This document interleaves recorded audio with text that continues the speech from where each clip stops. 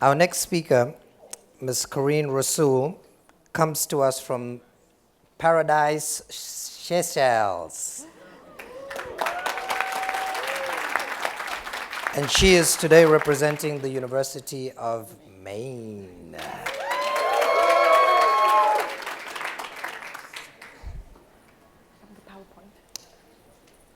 Go ahead. Go ahead.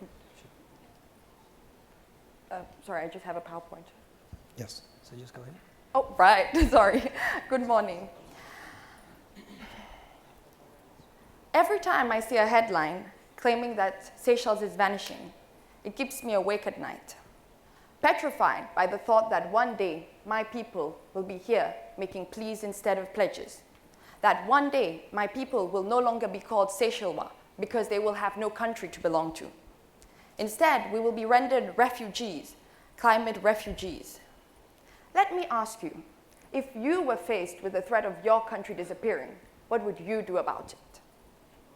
Coming from a small island threatened by increasing temperatures, rising sea levels, flooding, receding coastlines, I can tell you what I pledged to do about it. I pledged to keep talking about climate change.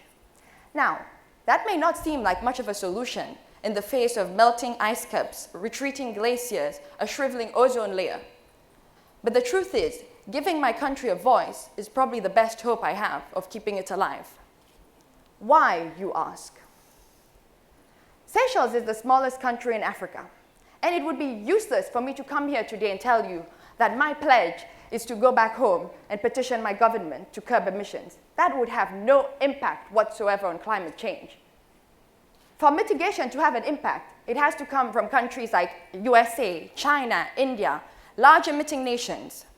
And the reality is, my future, the future of my country, lies entirely in the hands of these countries. And we are victims of their need to grow bigger and richer. Which begs the question, is it ethical? Is it morally acceptable? Is it politically justified that countries like mine, whose mere existence is threatened, are treated as mere inconveniences instead of an alarming catastrophe? Is it okay that we keep destroying the very planet we all depend on to be alive? Let me ask you again, if your country was faced with the threat of disappearance, what would you do about it? The Intergovernmental Panel on Climate Change, IPCC, have reported that no continent will be as severely impacted by the effects of climate change than the African continent. By 2050, it is projected that average temperatures would have risen between 1.5 and 3 degrees Celsius and will continue to do so beyond this time. Africa has 320 coastal cities with more than 56 million people living in low elevated areas, all threatened by sea level rise.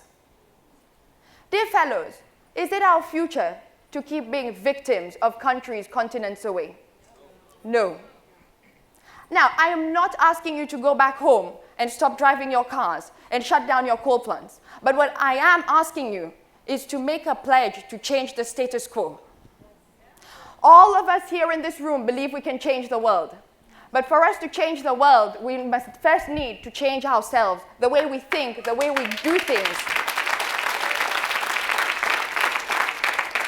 I am one person from a country of 90,000 people, a dot on a map, a drop in the ocean, but I sincerely believe that I can make a difference.